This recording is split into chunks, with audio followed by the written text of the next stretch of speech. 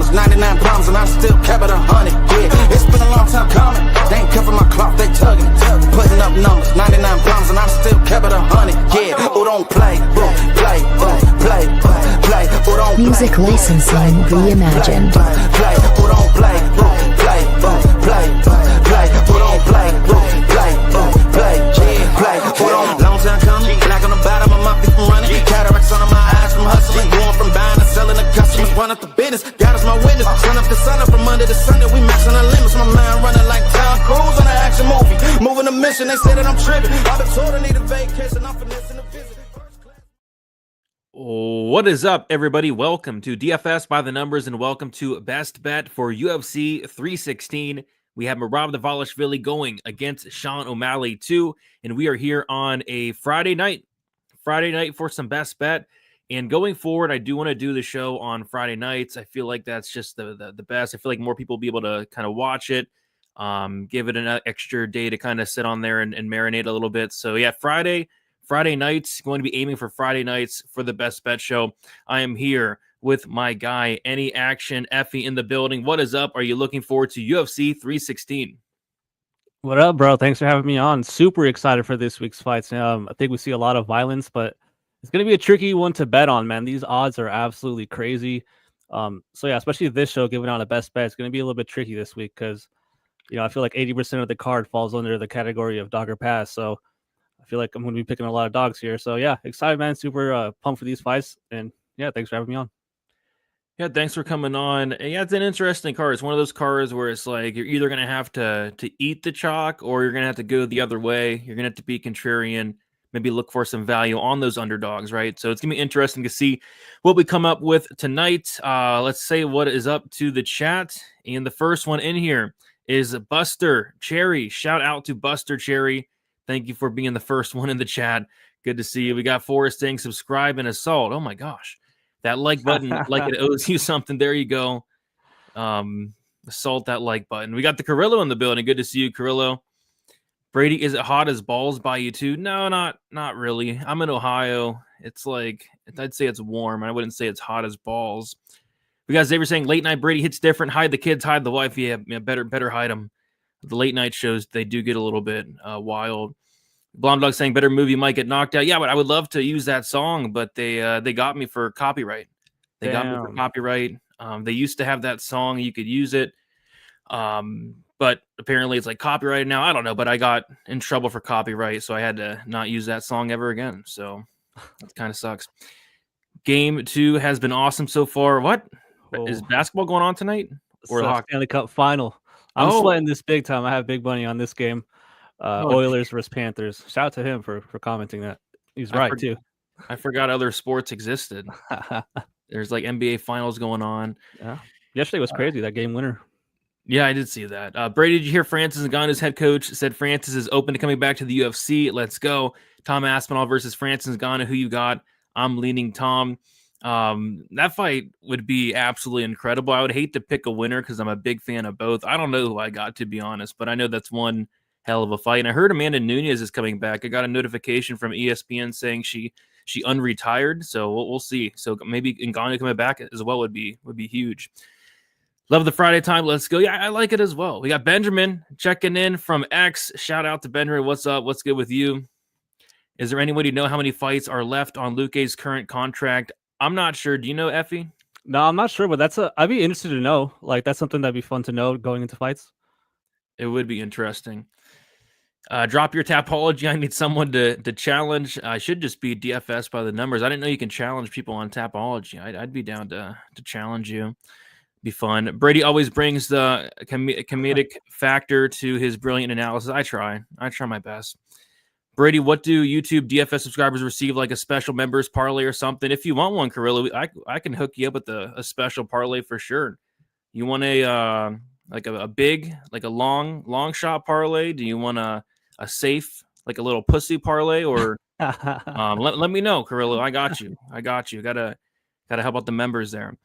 We got Anthony Hernandez, future champ, in the building. Good to see you, Anthony. Can't wait to see you back in there against Roma Delidze coming up. Hopefully you're ready because Delidze, it's gonna be a tough fight. So yeah, shout out to Anthony Fluffy Hernandez. We got plus 250. Good to see you. Good to see you. We got Chronic Combat Conversation in the building. What is up? It's what it's all about. I agree. I know. Just, yeah, it was a throwback, man. I miss it. I really do. And we got Tom as well. What's up, fellas? I'll be at UFC 316 tomorrow. I'm really looking forward to this card. Let's go enjoy it, Tom. You're going to a pretty good card. All right, guys. I say we get into, if you guys have not already, like the video, subscribe. Again, going to be going live for Best Bet every Friday night. I'm going to be doing some new things Saturday as well. I'm doing a recap after the card. And yeah, of course, Stat Diggers is always on Sunday, so make sure you subscribe so you don't miss out on all of that. We're going to start with the Quinlan Salkilde Yanal Ashmos fight. You talked earlier about there being just a ton of big favorites. This is one of them. With that said, though, it looks like some money is coming in on Ashmos. Ashmos was as high as plus 425. He is now sitting as a plus 300 or 330 underdog. Quinlan Salkilde is sitting as a minus 430 favorite. What are you doing for the first fight of the night? Going Ashmos money line here. And honestly, out of all the big dogs, I'm kind of more confident in him more so than others. I think he has enough striking to keep it close with Quinlan. I'm not really all that impressed with Quinlan, man. Even in his contender series fight against was it Gage Young, I felt like he was getting hit a little bit too often. I felt like the simple combinations were landing on him, and I know everyone's super high on him, but I still have my little bit of hesitancy, I should say, toward him as a prospect. I think he's good. He probably wins, but minus 500, minus 480 on your screen, man, that's absolutely crazy to me. I think Ashmos has a shot to clip him with as much striking exchanges as I expect there to be here in this fight. So yeah, so give me Ashmos the underdog shot here at plus 400. Ashmos big dog plus 400 there. And so yeah, we got 13 fights on the card. We have 3 passes. I'll be using my first pass here. I think Quinlan probably does win. I think he probably wins by decision. But yeah, like you said, I think it could be a lot more competitive than the line does indicate. Ashmos is kind of getting priced as if he's some bum, and I don't really think he's a bum at all. I just think people are very high on Salkilde, and rightfully so. I think this guy's pretty decent. But yeah, nothing really sticking out in the first fight. I thought that Salkilde by decision would be most interesting, but that's like about plus money. So yeah, it's going to be a big giant pass for me in the first fight of the card, and I do have 2 passes left after this. Justin saying I see a lot of finishes. I hope so. I hope we get some violence tomorrow. That'd be very nice. Definitely need a big old parlay. 2 kids in college. Last week's card was brutal, and we need a nice new bed or mattress. Okay, I got you, Carrillo. I'll get you towards the end. I got you. I'll star your comment so I remember it.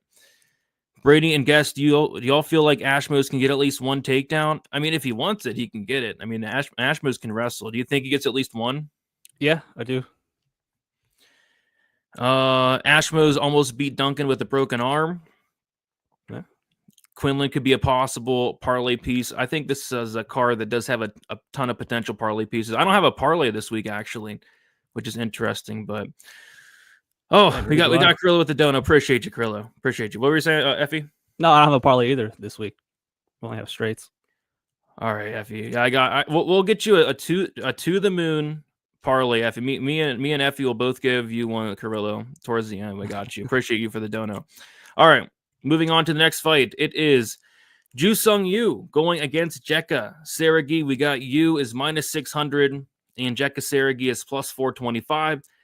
And it's another tricky fight from a betting perspective. Like from a pick perspective, it's pretty easy. I mean, I would never, ever pick Jekka Seregi to win a fight against anybody ever again. But from a betting perspective, it's like, do you want to lay minus 600 on somebody making their debut? And not only somebody making their debut, this guy hasn't been tested on a contender series. He hasn't been tested in the Tough House. He hasn't been on road to UFC. They're just bringing him in. Hasn't fought the best level of competition. But with that said, though, I just think Jekka is not a UFC level caliber. He has UFC level caliber power, but that's about it. The ground game is some of the worst you'd ever see. So I think Yu probably wins this fight, probably wins it inside the distance. For me, I'm going to give probably the chalkiest play I've ever given in best bet history because I do want to pass on this fight from the show perspective, but I don't have enough passes. So I'm going to just give the fight doesn't go to decision. Is it chalky? Yes. Do I think it hits? Yes, I think it does. I'd be really shocked if Jekka Seregi ever went 15 minutes the rest of his career. So give me the fight doesn't go to decision. And like it's only like minus 240. It's not like it's minus like 400, kind of where I think it should be. So yeah, my fight doesn't go to decision. Taking the chalky route, but I think I hit this one. Effie, what are you doing in this fight here? So you know how you have your throw your screen tweets or throw your screen, break your screen out the window bets? Yeah. If Wu doesn't finish this guy, that's one of those where I'm like, you got to be kidding me, man. This guy got submitted by Weston Wilson. Like, that's absolutely Oh. embarrassing. Honestly, thought he should have got cut for that. But I'm actually going to use one of my passes. I was looking at Wu round 2 plus 450. I think Jekka can at least survive 5 minutes here. Probably ends up getting finished in this fight. So yeah, I'm going to use a pass here. Just nothing really confident for me in this one. Yeah, nothing wrong with that. I would pass, but I needed to use my passes for other spots. I'm gonna take a big sip of water real quick. Gotta stay hydrated. When you're breaking down, fights like Jo Sung Yu, Jekka Sergi, it makes you a little thirsty. We got Dr. Peter. Dr. Peener, the penis trauma surgeon in the building. Good to see you, Dr. Peener. We got you, Sub, and Sub 23. I agree, Buster Cherry. I think Sub is the most likely path. I just wish it was a better price because it's not like the guy you is going out there and subbing everybody. Mm-hmm. I think he only has maybe one win in his entire career by submission. The submission prop's only like plus 250, so they're most definitely on it. But yeah, if you want to take that 2-3, maybe get a better price on that sub, probably the way to go. I bet Quinlan, but hedged on Yanal just because of the odds. Yeah, the odds are big, man. Odds are big on a lot of these dogs. How do you feel about Tough? How do you feel about Tough? My bad for screaming. No screaming is allowed, man. My kid is sleeping. How do I feel about Tough? I like it sometimes. I'll watch it sometimes. I probably will. I just watch it to tape the fighters coming in, but it's not like something I'd probably sit there and watch for fun. I don't think. Effie, you a fan of Tough? I mean, I don't watch it. I haven't seen it in maybe a year. Probably not gonna be watching this one. My buddy's a coach this season, so I probably should check it out. He's on Team DC. I think he's a jiu-jitsu coach. So yeah, I'm kind of rooting for DC's team. I don't know. Maybe we'll check him out. Hopefully he gets some camera time. Yeah, that's pretty cool. Heck yeah. Nanal decision looks good. Yeah, Nanal decision was I think like plus 1100. Damn. Plus 1100. It's got what bets crave. It's got what bets crave. I think it's about Yanal's name. Oh, I got you. I would real fast force his comment. I would put something on my green screen, but it always gets blurred and it ends up being ugly. So I used to put something funny on there. Do you remember the guy? I forget his name. He had the bowl cut, got cut after like 3 really close losses. Everyone loved him. I forget his name. Zhalgas Zhumagulov? I had Zhalgas Zhumagulov's haircut right behind me for a long time. But then, like I said, it gets blurry, so I don't do it anymore. It was funny. That is funny. We got to bring Zhalgas back to the UFC. If he ever comes back, damn well I'm wearing a Zhalgas wig. I'm getting myself a bowl cut wig if we get our guy Zhalgas back in the UFC. Heck yeah, Dr. Peener, good to see you, man. Best prop of the card is Spievac by submission plus 320. Ooh. We'll talk about that fight very shortly. I just got off the phone with BJ Penn, and he says, you're not the real Sugar Sean. You're a clone. Any truth to this? I am not the real Sugar Sean. Brady, get some help. I'm trying, Casey. I'm trying. Absolutely trying. All right, let's move on to the next fight. It is Kong Wong going against Ariana De Silva. I know people are saying like Wong Tong this week. I'm not doing that. It makes no sense to me. How is Kong pronounced Tong with a T? It just I'm not doing that. I'm not following along. When I first heard Anik say that, I was like, what are you talking about, John Anik? But I guess it's how you pronounce it, or supposed to. So this is a very interesting fight. We had some very interesting things happen at weigh-in. So Ariana De Silva missed weight by 6 pounds. Massive weight miss. And Wong Kong accepted the fight. And then I'm on X. I'm on X today, and I see a video circulating on X saying by MMA Fighting, and they said her coach said, well, here's what the tweet said. Ariana De Silva's longtime coach says the UFC 316 fighter's weight miss, De Silva, was due to a benign tumor on her pituitary gland Oh. and some bad advice. So I'm not a medical professional. Effie, you're not a medical professional? No. Our guy Gordo is a medical professional, but he's not on the show tonight. My wife is a medical professional, so I asked her. I says, is a benign tumor on your pituitary gland, is that bad? And she says it's not cancerous, but, and I said, well, should you be fighting with one? And she says, no, you probably shouldn't be getting hit in the head. So this is from a medical professional. My wife says De Silva probably shouldn't be getting hit in the head with a tumor. So yeah, I wouldn't be shocked if it like called this fight off. Like this, if this video circulates and they call the fight off, because I just don't. I'm not a medical professional, but you probably shouldn't be in there with a tumor in your head. But I'm not a medical professional. Dr. Pena is a medical professional, so he can let us know. But with all that said, with all that out of the way, I like Wong Kong by knockout, plus 230. I think she hits De Silva.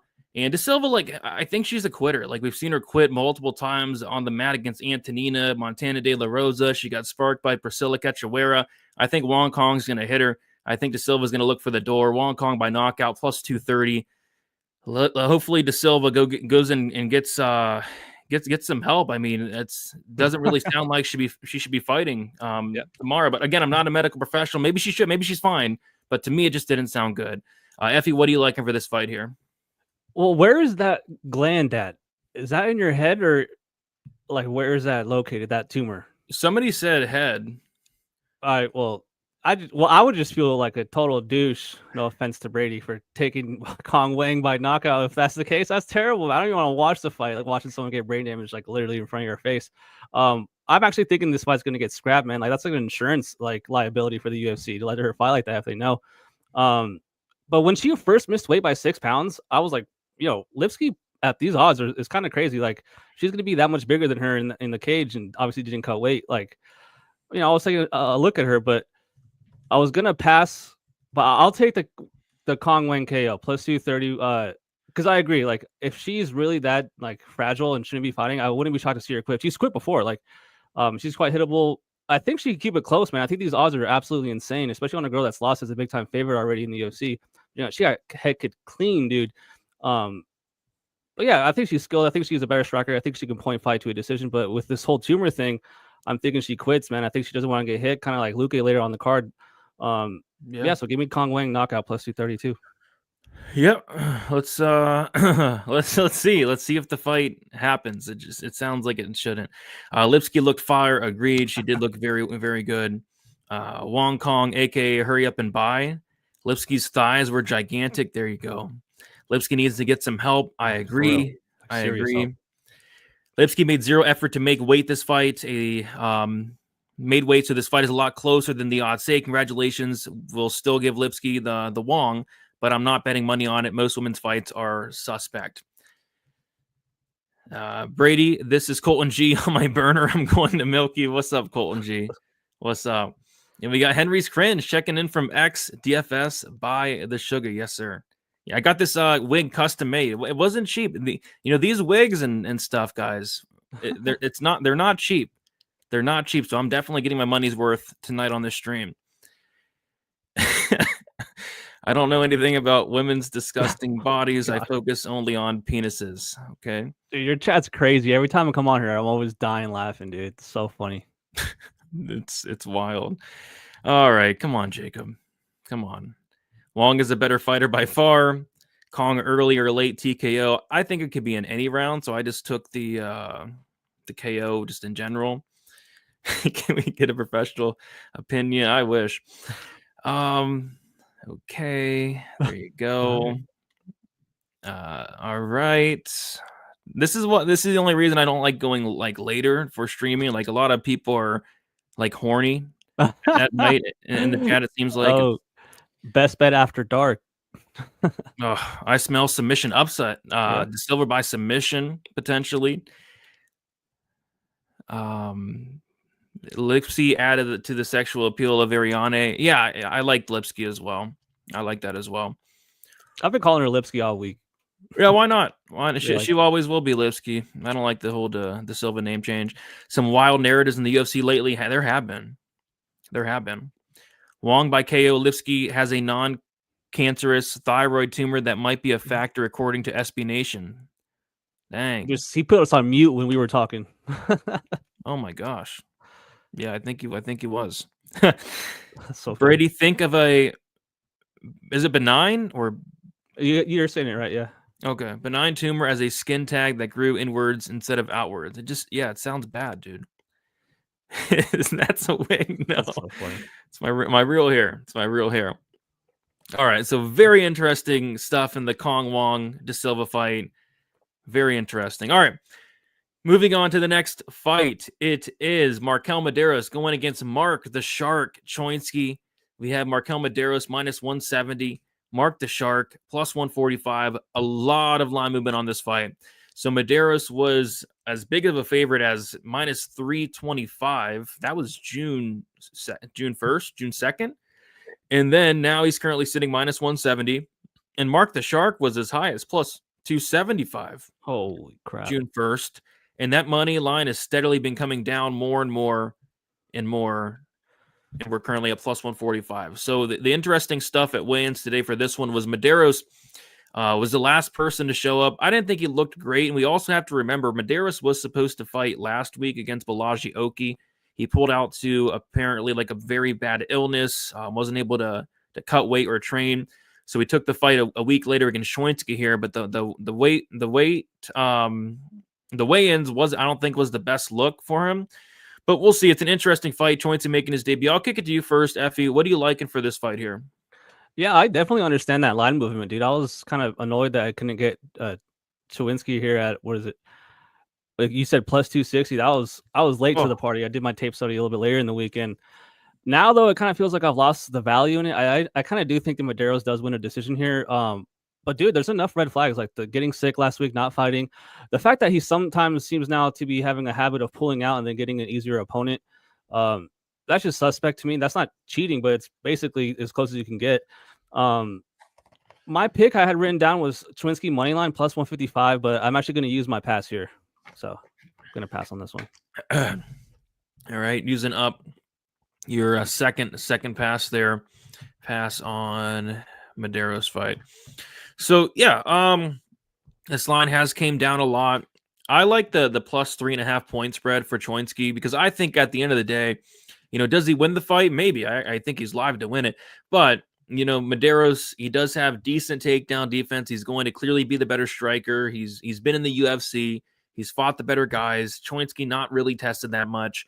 I think Chinsky at the very least can win a round. Maderos went to a very close fight with Austin Hubbard. That fight could have went either way. Went to a very close fight with Landon Quinones. That fight could have went either way. And Chinsky here, solid wrestler, really good grappling, good cardio. He's been training for a fight. He was supposed to fight next week. He trains at a good gym. So, yeah, I think Chinsky can go out there, win at least one round. So I'll take the plus 3.5 point spread. It could be like an annoying – if I took the money line of Chinsky, it could be like the annoying Maderos wins a very, very close split decision at minus 170. That the value is on Chinsky, but he didn't win. But I think he can go out there and win at least one round, not get finished type thing. So plus 3.5 for me is the only thing really sticking out there. All right. What do you guys like in the chat for this one? Yeah, according to what I'm seeing on Twitter, she has a some type of tumor, man. We appreciate you, K Deep. Good to see you in here. We got Forrest Daniels with $2 donut. Appreciate you, Forrest, saying wig fun to send Brady money. I've had a lot of wigs on these shows, man, and they're not cheap.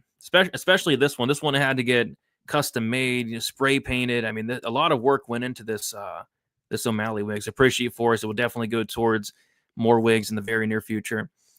I can't believe how narrow this line has gotten. Chinsky has fought nobody, and his wrestling credentials are overblown. Yeah, I kind of expected the line to come in a little bit just because Maderos has never looked minus 170 against anybody thus far in the UFC. But, yeah, I think he could win a decision here. Wait a minute. From where I'm sitting, it looks like Brady is wearing Abu Dhabi-type headwear, like the thing Sabu, the wrestler, used to wear. I zoomed in and realized it's his silver fox hair. Yeah, it's pink and blue. It's pink and blue, Dixon.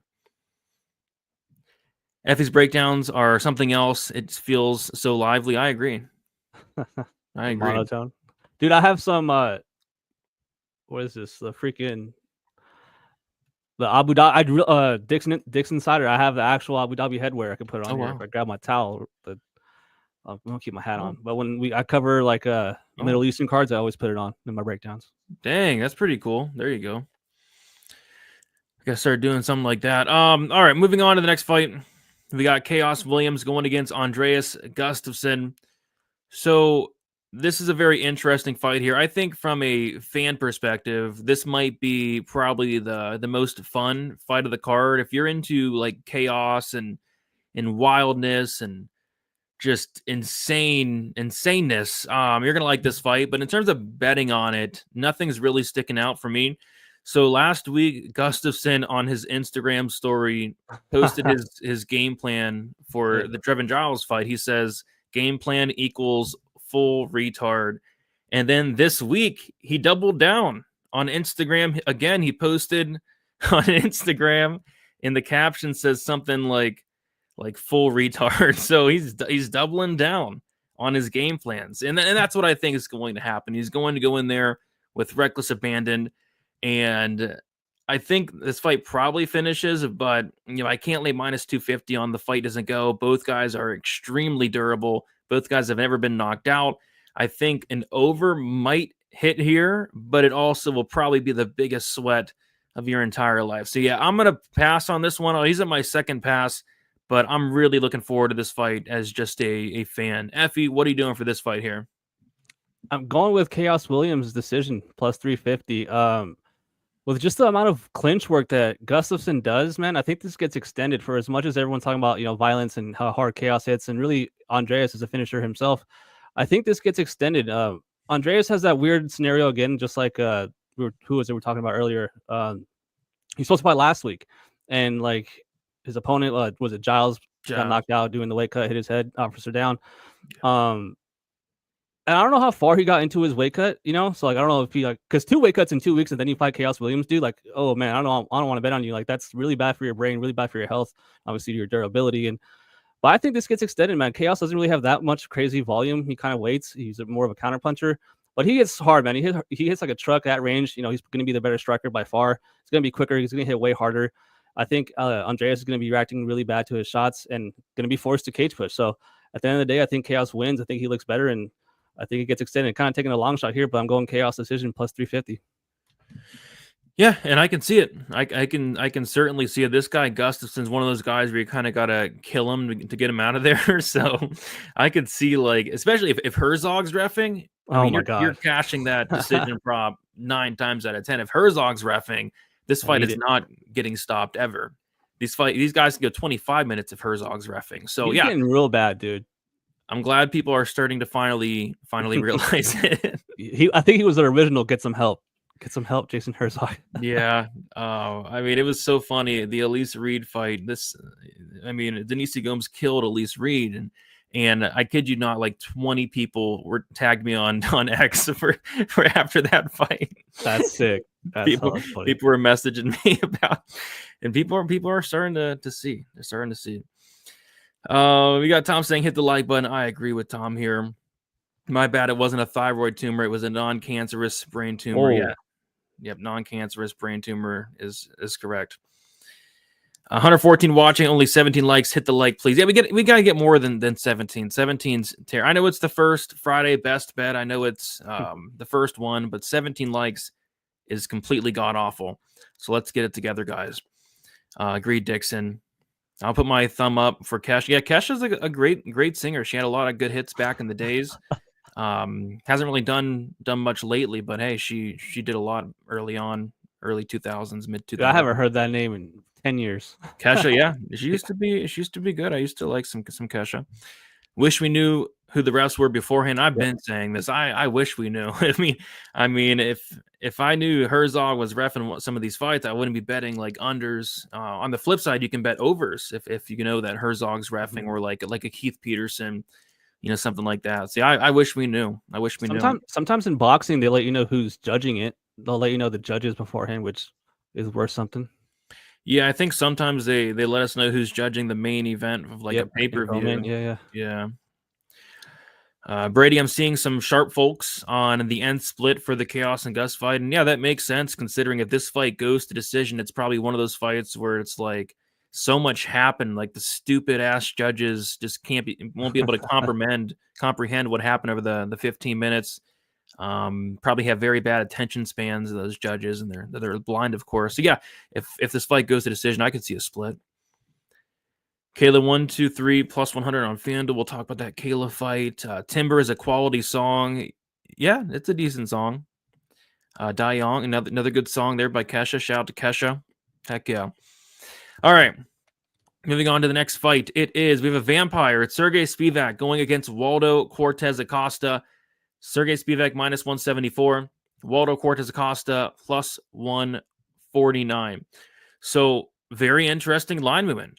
I'm actually very surprised by this line movement. A lot of people are on Waldo Cortez Acosta this week, and I get it to an extent. Like, I do think this fight probably should be lying closer because I see the winner of this fight looking like a massive favorite. Whoever wins this fight, I think, is going to look minus 500 or greater because either Spivac's able to get that grappling going, that ground game going, potentially finish Waldo on the mat. Waldo's ground game hasn't been tested by many great grapplers. And then on the flip side, we've just seen Spievac quit in fights. We've seen him look for the door. If he's one of these guys that's just a really good hammer, but just a really bad nail. So for me, I do like the Spievac side here. I'm going to go with my biggest plus money prop so far. And I'm just going to take the Sergey Spievac to win by submission. It is sitting at plus 340. And yeah, I can see him definitely getting takedowns. I mean, Waldo's been taken down by lesser competition. And like I said, this guy, Thomas Peterson, doesn't have the grappling of a Spievac. And even DeLima doesn't really have the grappling of a Spievac. So I think Spivac's going to test his grappling.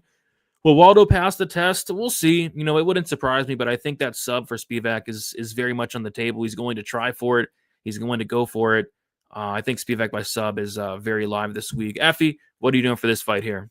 I have a tracked bet here on Spievac at minus 140. I'm confident he does get the takedowns here. I think if Waldo starts to get off on his boxing, Sergey's going to have to clinch. But once he gets his hands locked, dude, I think he throws this guy. I think he gets him down, whether it's a judo throw or inside trip. And then once he gets his shoulder blades on the mat, I really think Sergey is going to be able to either control him or pass his guard easily. I think he's going to be able to get the side control. I like the submission prop that you had. I was kind of surprised to see the KO for Spievac at plus 500. Obviously, it's not going to happen on the feet. It would definitely have to be a ground and pound finish. But dude, if he gets to mount, gets him in a compromised position, I can see that happening. But then the worry is Waldo turns, obviously gives up his back, and then that rear naked is right there. I personally think that he's going to win via head and arm choke from side control here. I think he passes the guard once he gets him down quite easily. And so, yeah, man, I like the sub as well, but I'm actually going to kind of take a little bit of insurance. I'm taking Spievac inside the distance at plus 120 just in case that ground and pound finish does happen. But it's all relying on being able to get the fight on the ground. If he doesn't get any takedowns here, it's going to be relatively close on the feet. Waldo has very good speed, very good boxing combinations. And like you said, we've seen Spievac just quit at times. So I think if he's taking down someone like Derek Lewis as easy as he did, I think he won't have any fear here going and closing the range here against Waldo. So give me Spievac inside the distance plus 170. That's funny you say that you think he's going to win by head and arm because that's what I was thinking too. The head and arm. That's what I was kind of thinking. So, I know you can like bet the exact submission on MGM, I think. Mm-hmm. Wonder what like head and arm choke would be on there. I don't think they have them out yet, but that's pretty interesting. So just the inside the distance. What line did you say for that? Plus 170, I think Okay. I saw. Okay. Dude, by the way, the Oilers just scored with 17 seconds left. It's about to go to overtime. Banger. Are the Oilers still from Houston or did they move? No, they're from Edmonton, Alberta, Canada. Oh my gosh, I was way off. I was way off. But yeah, I didn't know other sports existed other than MMA and NFL. I like NFL too. Is that not a Kesha cosplay? No, it's not. That's funny. There you go, Jacob. There you go. I'm not new, but are you all okay? Asking for a friend. Pass. It sounds like you are new, Haymaker, because the show. I mean, we do this every week for the last 3 years. The rules is you give 10 bets, and then you pass on the rest of the fights. If there's a 12-fight card, you'll have 2 passes on 2 fights. In this instance, Haymaker, there's a 13-fight card, so we're each going to have 3 passes. There's no pass. Nobody's passed, and nothing. I mean, we both passed on a fight so far, but I mean that's just the rules, man. I can't change the rules. I'm not going to change the rules. Sergey Spievac, great fighter. Sometimes he is. Sometimes when he's on, he's on. When he's on, he's on.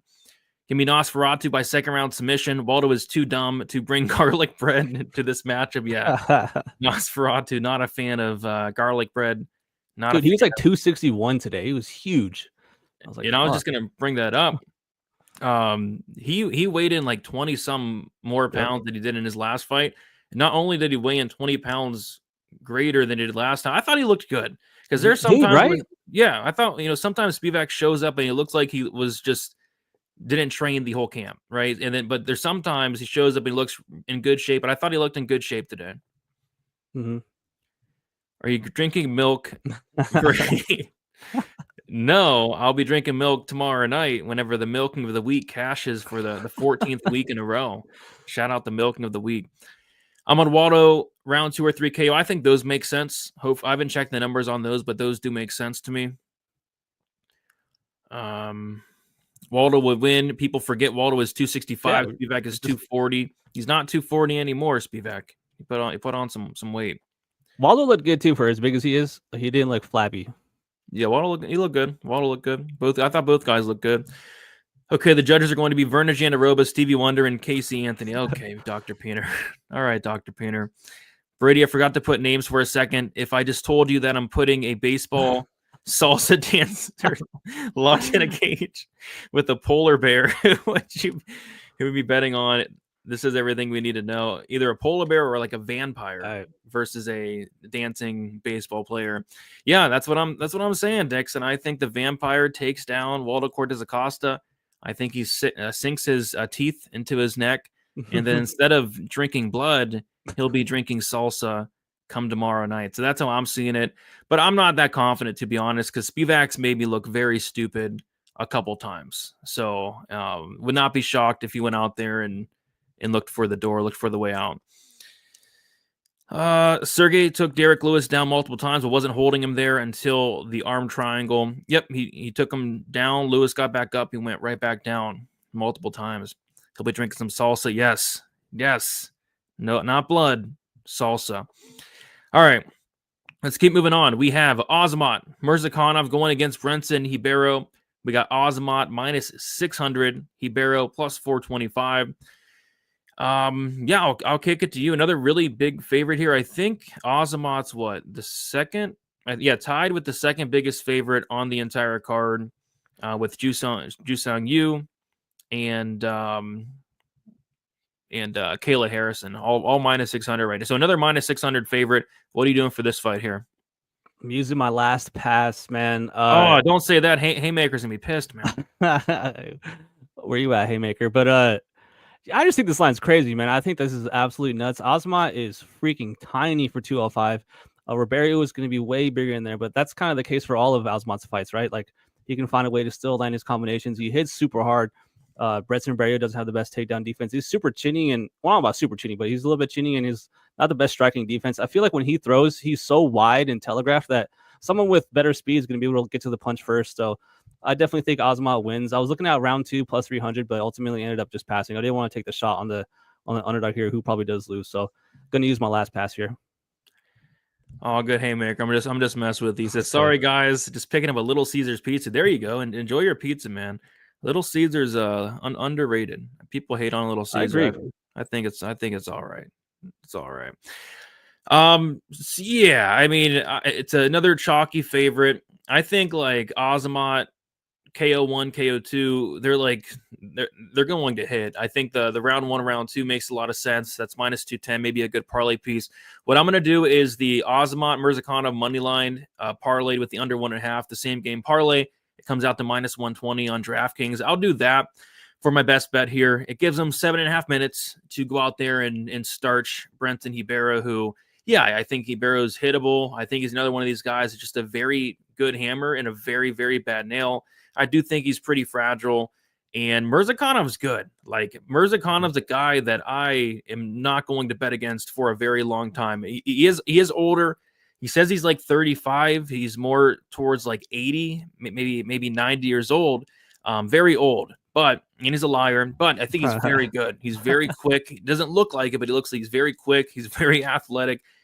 Great movement, and just has a ton of power. So I think Azamat, although a liar, although 60 plus years old, he's going to be coming out with like a cane for the fight. I think he's a very good fighter, and I think he should go out there and handle Hiberro pretty easily. But Hiberro has pulled off some big upsets in the past. I will say that on the Contender Series, put off a big upset, even in his last fight against that debuting Dihor guy. He went out there, and he's a big underdog there too. So Hiberro's known for like cashing as a big dog, but I do think Azamat has this in the bag. So Azamat in the under 1.5 rounds, -120.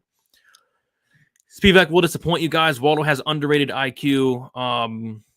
Yeah, I mean, I wouldn't be sure. Spivac's disappointed me plenty of time. And Waldo's disappointed me before. That Andre Arlovsky fight, I laid juice for Waldo to knock out Arlovsky, and it wasn't even close. Instead of knocking him out, he was doing the salsa dance. It's pissing me off. What? I just have a bad feeling Mirzakhanov is just going to be staring at Brenson for 12 minutes. And with like 3 minutes left, he's going to blitz Brenson and get a KO. This fight is going to be such a sweat. I don't see a KO one. Yeah, this guy Mirzakhanov does take his time, but Hiberro is going to kind of push the action, I think. He's going to make Mirzakhanov fight. So I think Hiberro is going to run into something here. And yeah, he has 60-plus years of experience. Very old fighter. Very old. Azamat round TKO 1-2 parlayed with you, Sergey. Fight doesn't go to decision. Yeah, that comes out to about +105, Tom. It's not bad at all. Not bad at all. Azamat or Asthma just doesn't fight a lot. His hips are so huge. Yeah, he's not too active, but I mean, we can't blame him. The guy's 80 years old. It's probably hard to way different senses. Yeah, his hips. Yeah. Oh, he's texting in with the drive. All good. That's so funny. Yeah, that text talk to text, it does get you sometimes. I agree. All right. Is the Van Silva fight the main card open, or is that the featured prelim? Featured prelim, I think. Okay, we'll touch on this real quick then. So Joshua Van, Bruno Silva. Joshua Van is the biggest favorite on the card, sitting as a -740 favorite. Bruno Silva is +540. And it's interesting because I actually think this is probably the toughest test of Joshua Van's career. Bruno Silva is no joke. Bruno Silva is a black belt. He's very dangerous, has a ton of power for the division. I'm not sure what's going on with this line. Effie, what are you doing for this fight here? Joshua Van, biggest favorite on the card. Yeah, man. This was one of the biggest like stay away fights for me when I was doing my breakdown this week. I was like at -700 earlier. Like, I'm not running to the window to bet Joshua Van here. Silva, in my opinion, could be the fighter that mixed in like the grappling more so than Joshua Van. Like, I'll never forget when Joshua Van went for a heel hook for no reason against the cage. Oh. I was stunned. I was like, that's just a low fight IQ move. What are we doing? Obviously didn't get it. But Silva has, great power. This guy, with as much volume as Van will throw, like, he needs to be careful exiting the pocket, man. Silva can definitely flash KO this guy, or at least knock him down, win a round. I was taking a look at Van decision, but even that's like -110-ish area. Or a Van late finish here, round 3 +800. I feel like I've already taken too many long shots, so I'm going to go with a little bit of a, I guess you could say, juicier line. I'm going to take Van decision here, but yeah, not running to the window to parlay Joshua Van in this fight for sure. Van decision plus, you said 100? Whatever best line is. I think I saw. Yep. Yeah, I think I saw -110. Oh, -110. Okay, let's see. Yeah, I see +120 actually. Oh, hell yeah, I'll take that then. All right, +120 for Van by decision. Yeah, so I think this line's wide. Out of all these big favorites, to be honest, it wouldn't shock me if Bruno Silva pulled off the upset. I mean, at the end of the day, Joshua Van's been hurt in a lot of fights. Got hurt how many times against Edgar Chairez? Got flatlined by Charles Johnson, of all people. He's been hurt in a lot of fights. I do think his chin's very questionable. And Bruno Silva, like I said, he hits very hard. So there's two spots that I think have some solid value. Bruno Silva KO is is it plus 1,000? Bruno Silva by KO. Yeah, right there. Plus 1,200 on DraftKings right now. I think that's very much on the table. I mean, these guys are going to swing dicks. Right. These guys are going to swing dicks. And then I also think Josh Van KO 2-3 at plus 400. That has some value there because just we've seen Bruno Silva break. We've seen him crack. He is getting older. He has taken damage. Took a lot of damage against Cobb. So I'll go with that Van 2-3 KO at plus 400.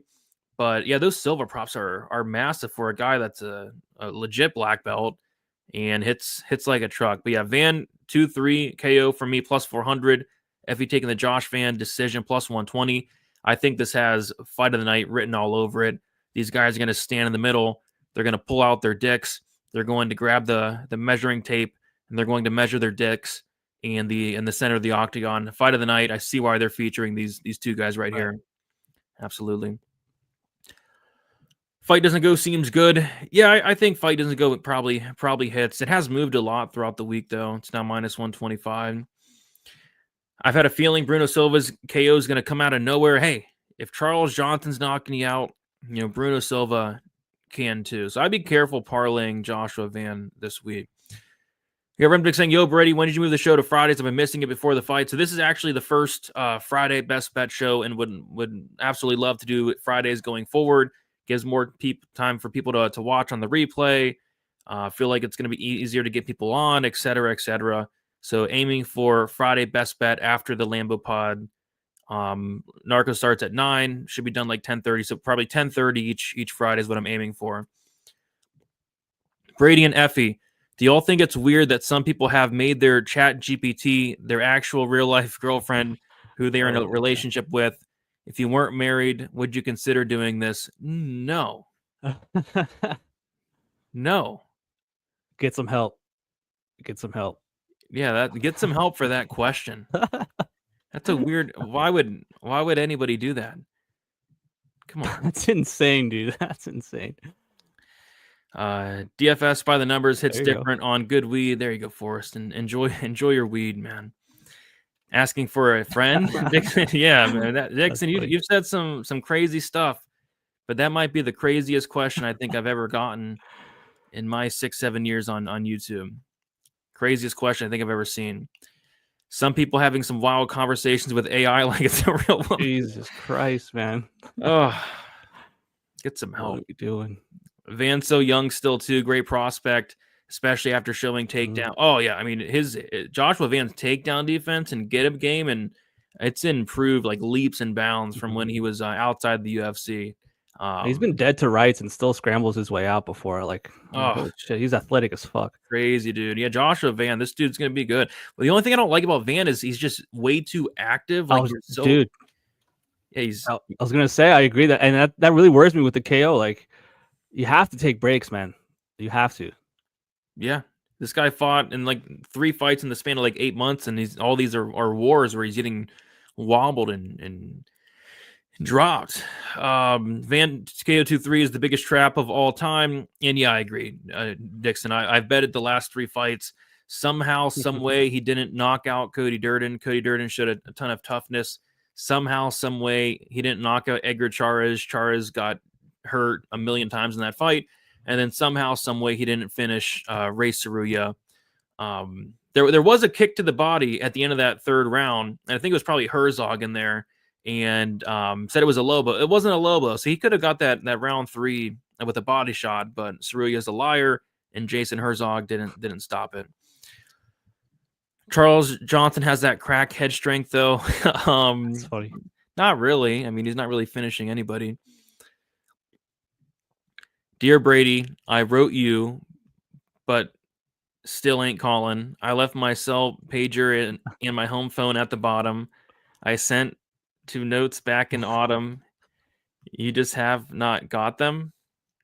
Well, you know what that is, right? Like, you know what that Eminem. is? That's Eminem, yeah, right? I was like, what? Stan, you gotta stand, bro. That's a little weird. There we go. Forrest, yeah, Forrest is always lit, man. Cody Durden and call for the Van KO 2. I picked the Van KO 3. But yeah, maybe that would help my round 2 KO, round 2-3 KO that would cash. So hopefully Cody Durden gets it right. I think that's going to be the best bet of the week out of all of our picks. What? That Van gets a late finish here. I'm gonna be pissed I didn't take it. No, I mean, it also could be the smash your TV spot of the week when he drops Silva 5 times and Herzog says, "Move, fighter, move, show me something," and he's just dead, right? So, I don't know. Okay, yeah, I mean, yeah. All right, so we're gonna do a quick recap of these prelim bets for you guys. I'll kick it off. I'm taking pass on the Ashmos fight. I'm taking the U versus Sergey. The fight doesn't go to decision. Minus 240, the chalkiest play I've ever given on the show, but literally all I can come up with there. Kong Wong KO plus 230. Mark the Shark Chinsky plus 3.5 point spread, minus 150. Passing on the Chaos Williams fight. Spievac by sub plus 340. Ozamot in the under 1.5 rounds, minus 120. And then the Joshua Van KO 2-3 plus 400. I've used 2 passes. There'll be 1 pass left. As far as Effie, he's taking Yadal Ashmos on the money line, plus 400, big dog. Passing on the U fight, taking Kong Wong by KO, plus 230. Passing on the Maderos fight, he's taking Chaos Williams by decision, plus 350. Spievac inside the distance, plus 170. Passing on the Makonov fight, and then taking Joshua Van by decision, plus 120. Does all that look correct thus far? Yes, sir. All right. Let's I know Brady's head is sweating like Ariana Lipsky's feet with that wig on. Actually not sweating at all. It's actually nice and cool. Nice and cool in the room. So yeah, no sweat over here. All right, let's move on to the main card opener. We're going to kick it off with Kevin Holland going against Vicente Luque. We got Kevin Holland minus 200. Vicente Luque is plus 170. Kevin Holland was around minus 150. I remember looking at the odds nice and early a couple weeks ago, and I saw Kevin Holland at minus 150. And like, dang, Kevin Holland's minus 150 against Vicente Luque. And then a couple weeks went by, and it's like, oh, he's minus 200. Oh, he's minus 250. Oh, he's minus 280 now. He was 280 for a while this week, but there has been some late buyback on Vicente Luque. Luque was as high as plus 240 like midweek, it's like a couple days ago, if that, and he's currently plus 170. So a lot of late line movement here coming in on Luque. And yeah, this is another narrative fight. There's a couple narrative fights on this card. The Kong Wong, De Silva, probably shouldn't be fighting with a tumor.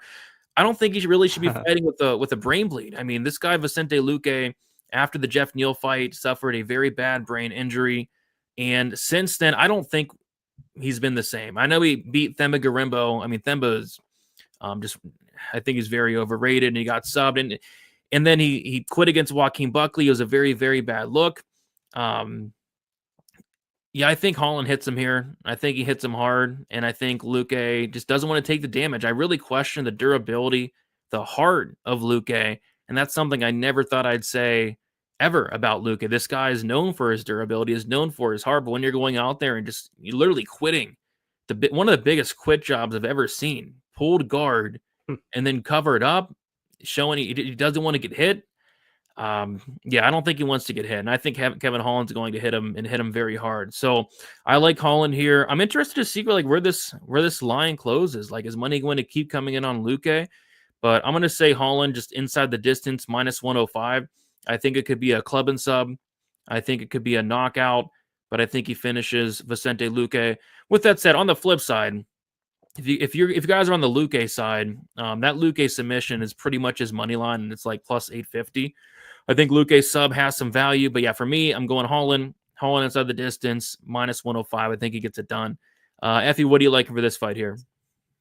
I'm actually really confident in Kevin Holland this week. Kind of surprised to see this line movement, especially this late in the week. I figured a lot of people would be on Kevin. And like you said, man, that Buckley performance is very odd. Like, obviously we know about the brain bleed, but to see him just pull hard and get finished, it just felt like, I don't know, like, obviously he quit, right? But I just remember feeling kind of bad for Buckley. Like, it was a good win, but like, he didn't really show much because the other dude just basically quit. And I think he beats Usman next week, but like, I mean, I think Kevin Holland lights him up on the feet, and I think that Luque's durability is in serious question here. I was trying to think about maybe an over here because obviously the wrestling, downside of Holland is very like big here, and I don't know. At this weight class, I think he has better ability to get to his feet and scramble, get to a post, maybe get the fence and get up. But I don't really see Luque shooting as many takedowns as he did against RDA here. And even so, I think Kevin Holland can stuff a little bit of these and scramble with Luque. I think the jiu-jitsu here isn't, that much of a difference here. Actually, I think Kevin Holland might have better submission offense than Luque does. I think on the feet, he's going to be the way quicker fighter and not really have Luque reacting well to these shots. So I'm going with Kevin Holland KO. I haven't seen, what are the best odds on that? I think it's like I see 155 on Bet Rivers. Okay, I'll take that. I'll take Kevin Holland KO. Okay, Kevin Holland KO plus 155, and I'm taking the Kevin Holland inside the distance at minus 125. So yeah, we'll see. We'll see money coming in on Luque. I just think he's done. I mean, it was my biggest cash ever. Luque against them at Garimbo. I had the under Luque money line, the sub, but Themba and Holland, they're just two different fighters. I mean, what would Holland do to Themba Garimbo?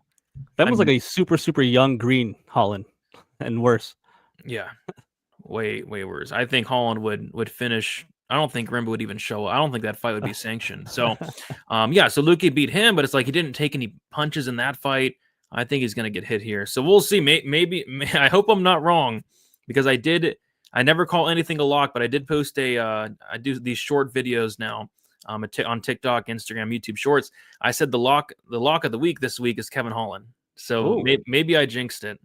Wow. Maybe, yeah, it's a bold call. It's a bold call. Kevin Holland is not the smartest, guy. Not the smartest guy at all. He's like Chandler. He wants to entertain, Yeah. Well, hopefully entertains by cashing an ITD ticket for me. Brady said brilliantly that Luque is 33 years old, but like 83 in fight years. Truth, I love Luque, but he needs to retire after the Buckley loss. Yeah, I don't know if he should be fighting. Maybe tomorrow he retires. This is going to be in his hometown. I think he's from here, so maybe we see the last of Vicente Luque. I hope we do, to be honest, because I love watching him fight. But a brain hemorrhage like that, it doesn't sound. I'm not a medical professional. Again, I'm not. But a brain hemorrhage, you probably shouldn't be fighting with it. I trust Kevin Holland with my money as much as I trust Cedricus Dumas with keys to my house. By the way, Cedricus Dumas did get out of prison. I thought his bond was like 100K, but yeah, Cedricus Dumas is free. So for those wondering, arrested 16 times, but he is free. Very interesting stuff. Kevin Holland loses by unanimous decision, 45-70. Garimbo Holland would be a wild fight that would last 2 minutes, if that. Somebody called Kevin Ashy in the chat. Is he? I don't know. I don't know. I have to go back and look. Guys, there's a parallel here. I believe this fight is going to go exactly like Michael Morales versus Gilbert Burns. Gilbert, Luque, and Robocop are all my boys, and have been TKO'd recently. That crew is cooked, and I could see that, But to Luque's credit, he looks like he wants to be in there. He looks like he wants to fight. He's talking about how he wants to go in there and go to war. I don't know if I believe it, though. We'll have to see tomorrow. We'll have to see it. We haven't seen Luque go to war in a while. It's been a while since he's gone in there and went to war. So I don't know if he has it in him anymore. We'll see, though. All right. Let's move on to the next fight. It is Patchy Mix going against Mario Bautista. We got Patchy Mix minus 175, Mario Bautista plus 150. Patchy Mix making his debut. Very exciting fight. Probably the most talked about fight of the week, outside of like the co-main and the main. A lot of people excited about this fight. A lot of people on either side. Effie, what are you doing for this fight here? Going Mario Bautista money line here. I got reverse CLV'd in real life. My track bets, I have him at plus 145. If I would have waited, I would have got a better line here. I just think Patchy, obviously great grappler, right? Did his thing in Bellator, has a lot of good wins, and he's highly skilled, no doubt about it. Like I think he's a top, bantamweight in the world for sure, and I'm happy he's in the UFC. But I feel like he's a little bit too reliant on getting these takedowns and getting the grappling going on the feet. I expect Mario to be the better striker at range, the guy that's quicker. Patchy has a size advantage. He's super long and obviously a slick grappler and just dominant on the mat, and has a very dangerous submission threat, especially with the front strokes here. If Mario wants to clinch up like he did last fight, throughout the fight, he has to be careful. But he's making his UFC debut. Mario was already in camp, was supposed to fight Chito Vera. I don't know how much of the camp Patchy got done or if he was in camp. I know Bellator and PFL like we're just not giving him a fight, and it was kind of like a free Patchy thing, like give this guy a fight. So I'm happy, he's active now in the UFC. He's awesome, but taking an underdog shot here, I'm going Mario Bautista money line. I think it's gonna be a close fight, so give me Mario.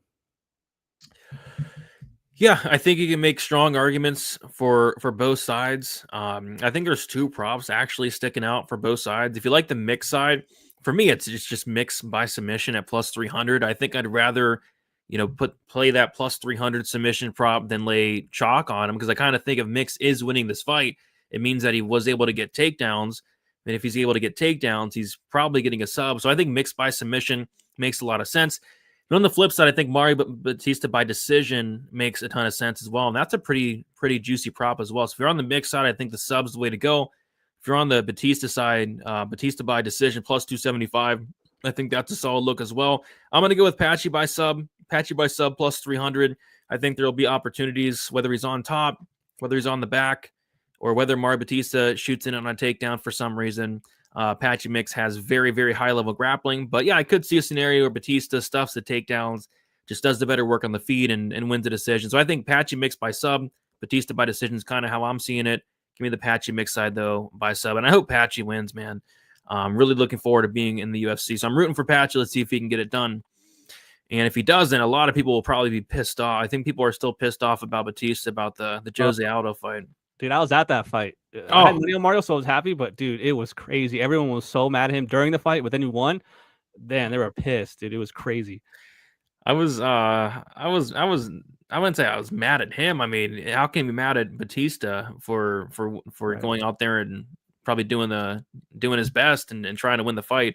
I was mad that I lost my bet because I was on Jose Aldo. Oh man. Got to sprinkle the Bautista split. That. Yeah, I don't know what it is, Dixon. Let me know what that is, but I kind of think it's live. I kind of think it's live, man.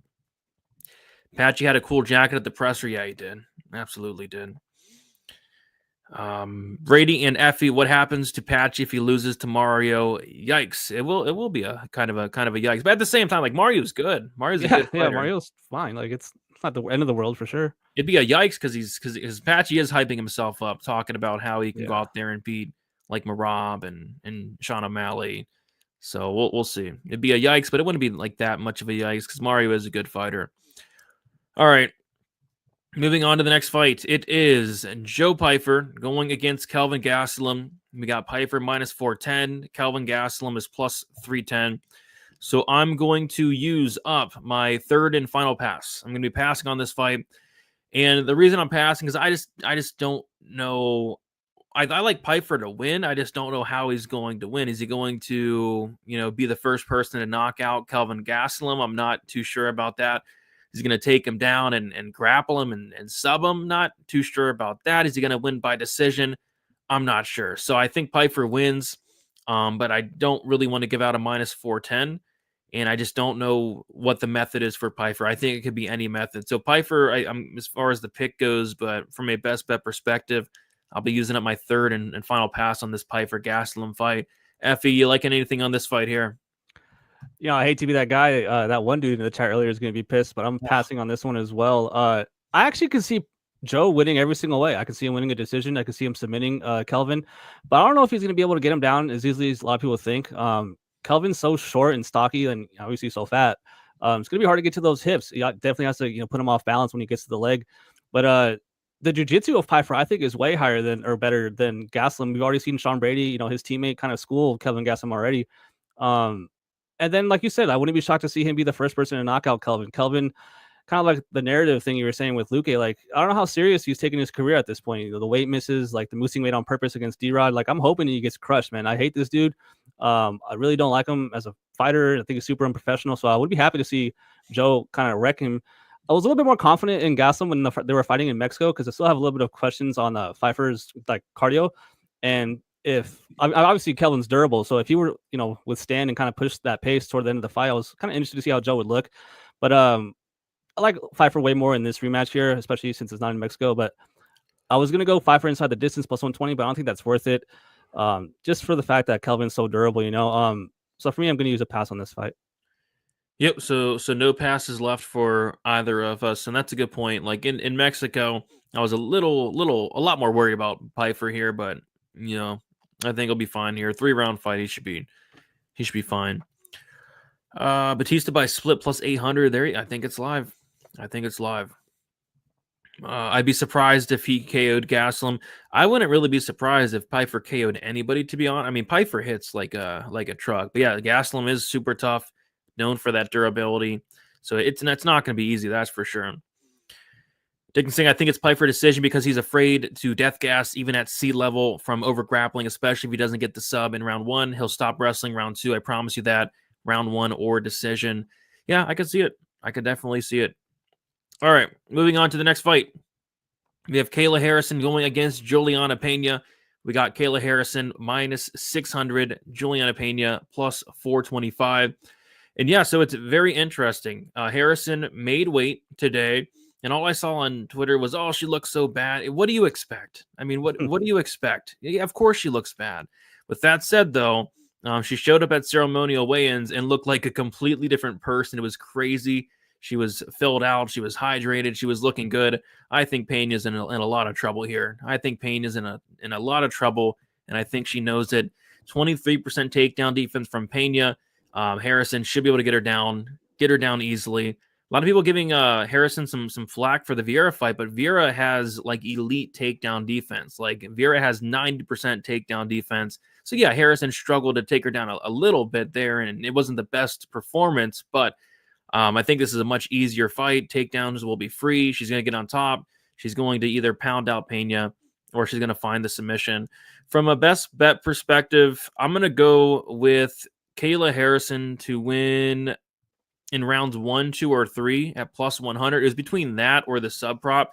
But like I said, it could be like a TKO. I'll go Harrison rounds 1, 2, or 3. I think if the finish does come, it's going to be in those first 15 minutes. With that said, if it gets to round 4 or round 5, I do have some concerns about Kayla. What's her cardio looking like in the 4th or 5th round? Because if it's still in the 4th and 5th, like Pena, she probably would be live at that point. But I'll say Harrison gets her out of there in the first 15 minutes. Harrison round 1, 2, or 3 plus 100 for me. Effie, what are you doing for this fight? I'm actually going to take a round off of your bet. I'm going Kayla round 1 or 2 plus 165 here for a little bit better odds. Kayla looks best early in her fights, right? Like you said, like if this gets extended 3, 4, 5, I'm kind of worried for Kayla, especially at minus 600, minus 700. I was kind of surprised to see those odds. Kayla's at times not looked the best. Like she's looked human, but she's dominating a lot of her first rounds. And I think that Juliana Pena has been taken down by way inferior grapplers. And in women's MMA, the big X factor is your judo. If you can get someone along the cage and throw them, like it's just so valuable. And I think that Kayla will have no problems getting this fight down early. And I think that she actually wins, early in this fight. So I don't think that Pena survives those first 10 minutes. But if she does, it can get hairy, especially if you're parlaying, Harrison at these crazy odds. But I think Kayla comes out, has a huge statement win, wins in round 1 or 2. I think Pena is getting taken out here. So I think the takedowns come early, but give me Kayla Harrison plus 165 round 1 or 2. Is it plus, what was the line? Plus 165 on Bovada. Okay, 165 for rounds 1 or 2. Gotcha there. Yeah, I think that's solid. I think it hits. I think she makes this look pretty easy. And like I said, apparently Nunez is coming back, and she said she wants to face the winner of Pena versus Harrison, which I'd be down for that. I mean, that'd be a very fun fight. Pena, Nunez 3 or Harrison, Nunez would be an incredible fight. I think people would really like that. Kayla can get it. All right. Oh my God. There's a lot of people on the Kayla sub, but wouldn't be surprised with the ground and pound finish. Yep. Me too. I think sub's more likely. Pena's been subbed a couple times, and she is tough. She's not going to quit in there. But yeah, it could be a TKO. Piped, ass shaving, get some help, milked, or just some of the beautiful sayings I've learned from Brady. There you go. Hell yeah. And yeah, by the way, this is the milking of the week. Kayla Harrison to milk Juliana Pena on Saturday. Heck yeah. What else we got in here? She looked bad with 0 water in her. I'm shocked. Yeah, yeah. People were like surprised. Oh, she looks bad. Yes, she does. Kayla ITD minus 150 best price for that. That's not bad. Julian is going to survive, and everybody will be pissed. It all depends, Remdog. I mean, if Jason Herzog's in there, you're damn right. If Jason Herzog's in there, this fight's going the full 25 minutes. Remember when I had Zhang Wei Li inside the distance, big Oh man. against Yan Xiaonan. Yeah. And Zhang Wei Li proceeds to choke her out at the end of the first round. Yan Xiaonan goes out cold. Herzog actually wakes her up, carries her to her corner. You're not allowed to do that, Jason Herzog. You're not allowed to do that. And then the second or third round, Zhang Wei Li had her back, flattened out, was pounding away 100 consecutive unanswered shots. Move, fighter, move. Survives. And that was the biggest bad beat I've ever had. That freaking Zhang Wei Li fight inside the distance. Zhang Wei Li won by every method that night. She knocked out, she TKO'd Yan Xiaonan. She submitted Yan Xiaonan at the end of the round, and then she also won a decision. Jason Herzog, why didn't you stop that fight? I don't get it. Luque going to give an inspired performance. The milking of the week. And the milking of the week's been undefeated. Been really good. Herzog will carry Pena to the stool. Yes. Why is Dana White a no-show? Are they going to set up the scorecards for O'Malley? I don't know why Dana's not been around. Maybe he's on vacation. I don't know. He's in like Missouri or something promoting an energy drink. He's like partners in an energy drink, and he's like had an event with that company. So that's more important than UFC 360. Okay. Yeah, it's pretty bad. Yeah, we got Brian in the building. Good to see you, Brian. All right, it is now time for the main event. Before we get into, if you guys have not already, be sure to pipe up that the like button, milk the subscribe button. I'm going to be going live for Best Bet going forward every Friday night. Hopefully, you guys like the new time change. I like it. I like it a lot. And then tomorrow, I'll be doing a show before the prelims kick off, talking through the chat, stuff like that. And then Sunday, we got Stat Digger. So big weekend on the channel there. All right, let's get to this main event. We got Merab Dvalishvili going against Sean O'Malley. Merab minus 300, Sean O'Malley plus 250. I'll kick it to you. What are you liking for the main event? Both of us have no passes left, so we will be giving a best bet on this main event. What do you got? So I like O'Malley here, and I'm actually going to get cute with it. I'm going O'Malley decision plus 800. If a finish happens in this fight, it's not coming from Merab. I don't think he's going to submit Sean. Obviously, he's not going to knock out Sean. Obviously, the danger here is Sean O'Malley winning by knockout early in the fight. But to see two judges, have it 3-2 that last fight was kind of surprising to me, man. I remember watching that thinking that Merab had it clear. And then you look at the cards and it's like, dang, two of the three judges had him winning rounds 3 and 5, had him winning the later half of the fight. And apparently he was injured, had a torn hip, had surgery, hasn't fought since. And Merab in the Umar fight, he definitely got lucky that Umar broke his hand, man. He was lighting him up early in that fight. And Merab wasn't reacting well. He was getting pushed back to the cage and getting rocked, turned into a track star. And another thing that really surprised me in the first fight with O'Malley and Merab was O'Malley didn't really throw that teep kick. I don't know if he was worried about it getting caught and leading to a takedown, but I don't think he will be as hesitant this time. I think he's going to be throwing it more, especially after what happened in the 5th round. And yeah, obviously Merab's super durable. They call him the machine for a reason. He's going to be shooting these takedowns like crazy. I think he lands the takedowns. I think this fight gets extended. But at the end of the day, I think Sean gets up and lands damage, and I'm hoping the judges value damage over control here in this fight. And I think, someone just asked if they're going to rig the scorecards for Sean. And obviously, I'm not a conspiracy guy. I don't believe in that stuff. The Earth's round. We went to the moon. But, I can see them kind of favoring O'Malley, man. If you look at Embedded, he's on the thumbnail almost every single video. It's kind of obvious who they want to win. But, yeah, man, I'm taking the shot. Plus 800, especially for that last fight to be as close as it was. I think that's a little bit off. So give me O'Malley decision plus 800. Plus 800? Yeah. Where's plus 800? That's crazy. I think I saw on Bovada. Oh gosh, that's a crazy line, dude. That's crazy. So Bovada plus 800. Yeah, I kind of agree. I think Merab should absolutely win this fight. I actually think Merab has the tools to 50-45 Sean. Yeah. But I am going to get a little conspiracy here as well. Yeah, I think these scorecards could get very interesting. You brought up the first fight. I was surprised at the scorecards too. I mean, when they were reading the scorecards, I was like, did we watch the same fight? I mean, yeah, right. Sean put up a horrible performance. Decent round 5, I guess, but Merab kind of took it off there. But yeah, the scorecards could get very interesting. There's 3 judges. They're crooked. They're corrupt. They're blind. The UFC absolutely wants Sean O'Malley to win the fight, no doubt about it. The UFC is in desperate need of a star. Sean O'Malley brings some star power. He really does. So yeah, I could see a scenario where Merab wins the fight and they give it to O'Malley, And if these rounds are like close, like anywhere near close, we know who it's going to. It's going to Sean O'Malley. So I think Sean O'Malley by decision is very much on the table. I'm going to go with the fight ends by split decision at plus 500. And I haven't bet a split decision prop in like almost 2 years because every time I bet them, somebody gets finished. Oh, man. And it's very annoying. But I mean, I think this has split decision written all over it. I mean, all I need is one crooked, corrupt judge to mess up. One crooked, corrupt judge to give some bad scorecards out there on Saturday. And I think that's very much on the table. So fight ends by split plus 500. I think there's some value on that. But yeah, Sean O'Malley by decision plus 800 is wild. No, it's gone down. Someone in the chat pointed out it went from 800 when we started the show, and now it's at 600. So I'll still take it.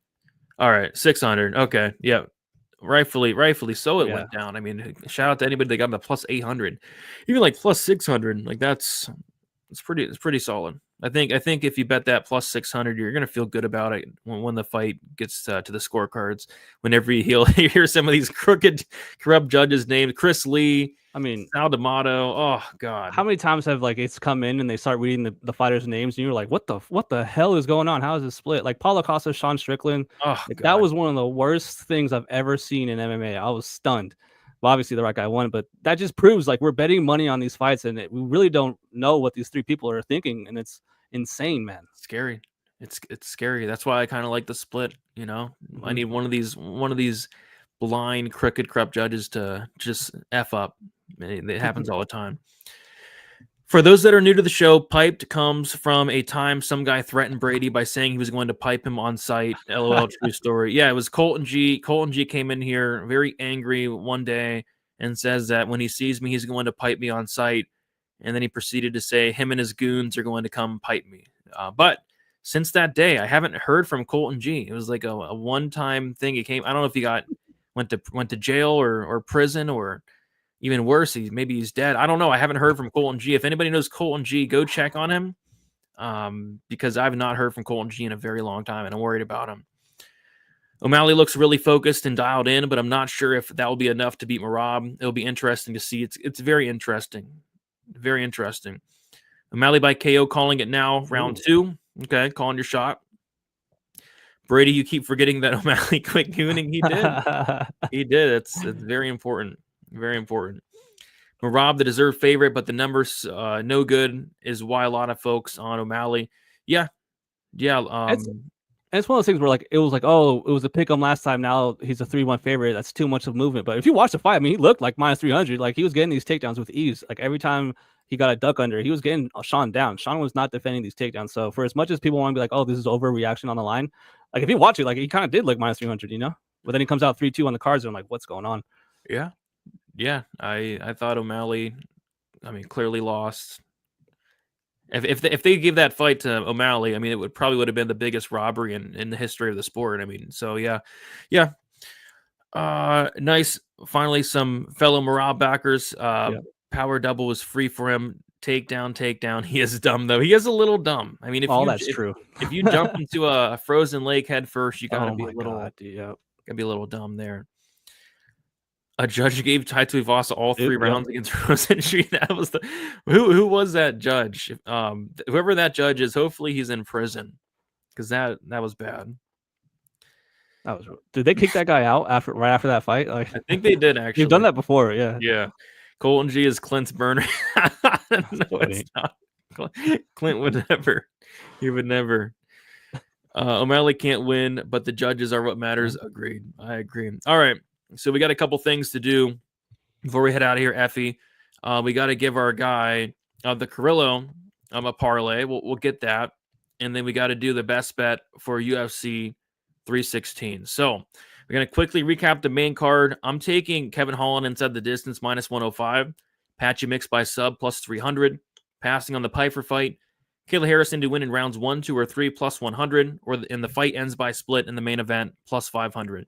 As far as you're taking Kevin Holland KO plus 155, Bautista moneyline plus 170, passing on the Piper fight, Kayla Harrison to win in rounds 1 or 2 plus 165, and then Sean O'Malley by decision plus 600. Does that look correct? Yes, sir. All right, and I read my comment. Don't be a coward. Cowards. Well, there's probably a reason I didn't read your comment, VT. There's probably a very good reason. Okay, here's his comment. 5 goons tried to pipe me once, and I beat them all off. I read your comment, There you VT. go. Congratulations. Congratulations. All right. Anyway, so all that's correct, right? Yes, sir. Yep.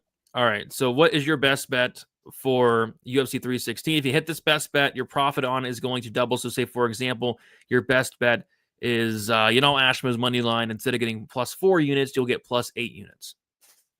I'm going to go with Harrison rounds 1 or 2. Best bet. Harrison rounds 1 or 2 to win a little over 3 units. So for me, there's 2 spots, debating between 2 spots, either the Van KO 2-3 or the Kong Wong KO. I think I'm going to go with the Kong Wong KO. I'm hoping this fight doesn't get canceled because I could see it. I mean, De Silva probably shouldn't be fighting, but again, I'm not a doctor.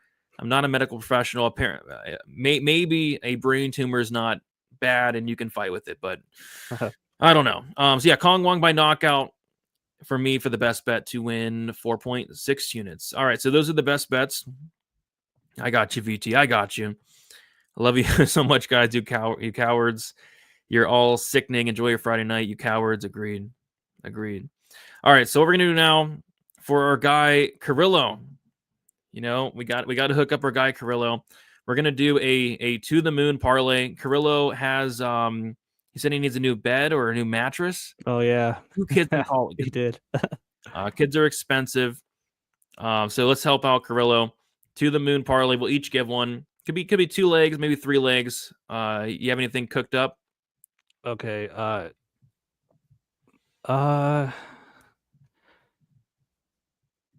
Yeah, Sean decision parlayed with Spievac inside the distance. All right, so Sean decision is plus 600. Spievac inside the distance is 170. Yep. Okay, that comes out to plus 1790. To the moon. I like it, dude. Okay, so for me, my first leg is going to be Kong Wong by knockout. The next leg is going to be Kevin Holland inside the distance. And then the third leg is going to be what is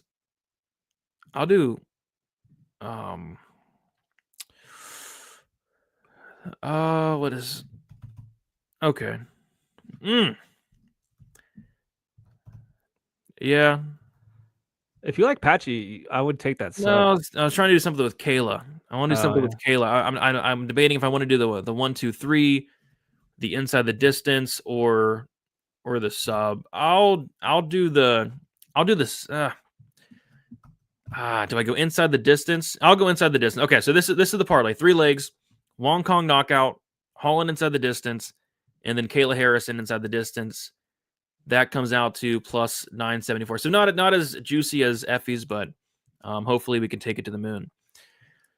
Yeah, I could have went sub Gus, but I wanted to play it safe just in case it's a KO. We got John saying, "What's up, guys? Just joined in. Who is the best dog play in DFS? De Silva, Gastelum, Bruno, Chinsky, or Pena?" My favorite is Chinsky. And I'll say, I think Bautista is going to be popular, but Bautista could be an interesting underdog. But for me, it's Chinsky or Gustoson, I think, are 2 dogs that I don't mind. Mm-hmm. Pena by KO, Merab by KO are their best plays. If any of those hit, that'd be crazy. Pena's going to get it done. I hope not. Oh. I mean, actually, yeah, I hope not. I can't stand Pena. I really can't. Bro, she said Bilal got robbed. Yeah, I heard that. I mean, she says so many things. That's annoying. Crazy. Yeah, but all right, guys, we did it. Gonna kick it to Effie. Effie, let the people know where they can find you. Yeah, hit me up, man. Any Action Sportscast on YouTube, on Instagram, on Twitter. My UFC 316 breakdowns out now if you want to go watch and see what I have to say about every fight. But really appreciate you having me on. I'm doing better this season than I thought I'd be doing, considering the standings. So hopefully we can win some units on this card and, have a good night. So really appreciate you, Brady, having me on. I like the 7:30 on Friday slot time for you. But I'll be watching, next week for sure. So thanks for having me on, and shout out to the chat, man. You guys are hilarious. Heck Love you yeah. guys. Thanks for coming on, man. Thanks for coming on. All right, guys, that is about it. I'll be going live tomorrow, 5:00 Eastern time before the prelims kick off. So be on the lookout for that. And yeah, guys, best of luck. Do me a favor, like on your way out, subscribe as well, and we'll talk to you guys soon. See you later.